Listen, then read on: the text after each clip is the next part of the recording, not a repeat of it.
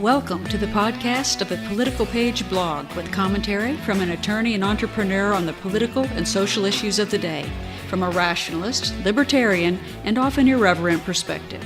This is Political Page, and here's what's on my mind today.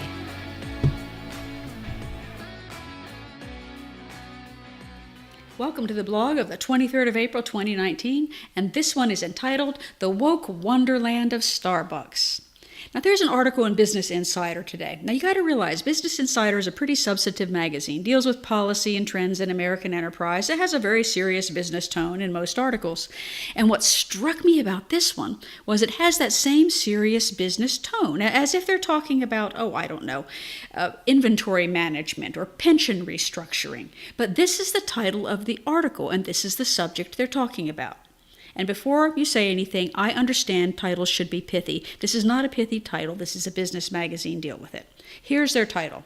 Starbucks is installing needle disposal boxes in locations across America following OSHA penalties and worker concerns about drug use in the bathrooms. Now, that's kind of a startling statement about a chain store that is infamous for turning a dollar cup of coffee into a status symbol where they have to offer convenient financing. And Business Insider goes on to discuss in very casual tones that a lot of these employees, and again, got to feel sorry for them already, most of them are probably existentially suffering English PhDs who have 8 years of university training so they can write names on cardboard cups. They're concerned because they keep getting stabbed with needles, used needles, from people who are potentially HIV or Hep B and C positive junkies. And these junkies have been invited into their place of work, into the restrooms, to shoot up in air-conditioned comfort, regardless of whether they even want to pretend to be a real customer, because Starbucks is woke. And honestly, who can blame them for the result? I mean, restrooms cluttered with bloody, discarded needles scattered helter-skelter under the carefully lettered signage that employees must wash hands before returning to work. I mean, that clearly couldn't have been anticipated by those evolved and superior leftists who run the company. And as for the bottom line of sales, I mean, really, anybody who objects to that obviously is not sufficiently woke. They have appalling levels of privilege. They should just shop elsewhere. They probably voted for Trump anyway. Anyway, according to the somewhat jumpy and perforated employees, these hypodermics can be found in the toilets. I mean, they cause such pesky clogs, don't they? And on the floors and the stalls and in the garbage bags. And get this one, dirty needles even come into them through the drive-in windows. How is that for public convenience, huh? Gosh, they're such a cutting-edge company. Not to make a pun. It's really cruel, isn't it? Okay, let's go on. One employee, and one suspects that as soon as this was discovered that he talked to the press, they probably fired him and then cut off his man bun in public as a shaming act. He described finding hypodermics, quote, lurking in the surface of the garbage or poking out of the bottom of the bag while changing. And Starbucks did respond. They responded to these criticisms by offering them double bags for the garbage from the bathrooms. Now, one Tennessee Starbucks worker, I mean, what do you expect, Tennessee, right? How woke are they? She did point out the kind of obvious reality that 2 layers of plastic can't stop an inch-long razor-sharp needle, but hey, Starbucks is trying. You know, not only that, but in their Philadelphia stores, they have this test process going. They're putting these blue lights in the bathrooms, so it kind of, anything blue can't be seen. And the junkies have a really hard time finding a good vein in that blue light. I'll tell you, if progressives are anything, it is freaking imaginative. Now, into this wonderland of wokeness comes the federal bureaucracy to save the day. Here comes OSHA. Now, not only did OSHA just fine the Oregon Starbucks $3,000, big fine there, for failing, and I'm not making this up, to offer workers free Hep B vaccinations for their needle sticks, but they added a whopping $700 penalty for not providing sharps containers. And they never really said whether they were upset about the sharps containers for the convenience of the employees or for the convenience of the junkies. What's the difference, really? Anyway, not to worry. Ever proactive, Starbucks has jumped in, and on those problem bathrooms, they have done a redesign from the bottom up. And given that it is Starbucks, every change has a social positive outcome, if you just look for it, right? Well, for one thing, gone are the garbage can in the restroom. Okay.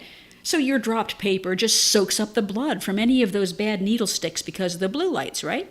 And then there's no more toilet seat liners. I mean, shouldn't we learn not to judge the junkie who peed on the seat before we come in? I mean, where's the danger in that? And then baby changing tables, no.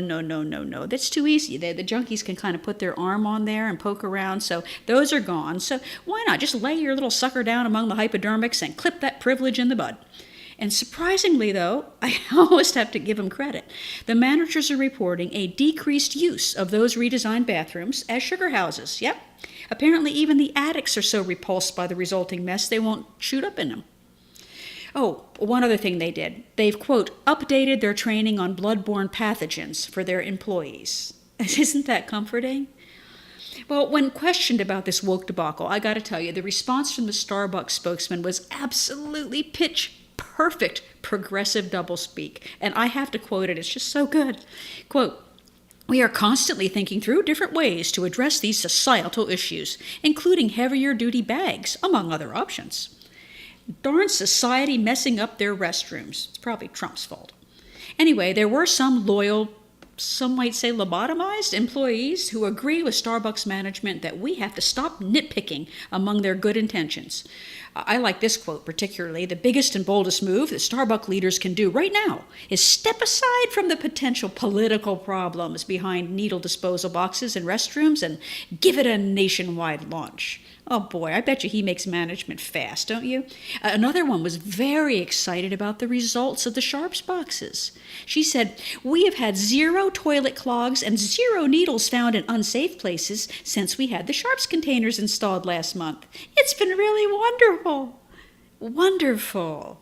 You keep using that word. I don't think it means what you think it means. Oh, as an aside, the business genius who had the grand idea of open bathrooms in the service of public wokeness, inviting the homeless speedballers to the neighborhood to share a restroom with people who are being asked to pay $5 for a cup of coffee plus tip, is a guy named Howard Schultz. And guess what? He wants to run for president.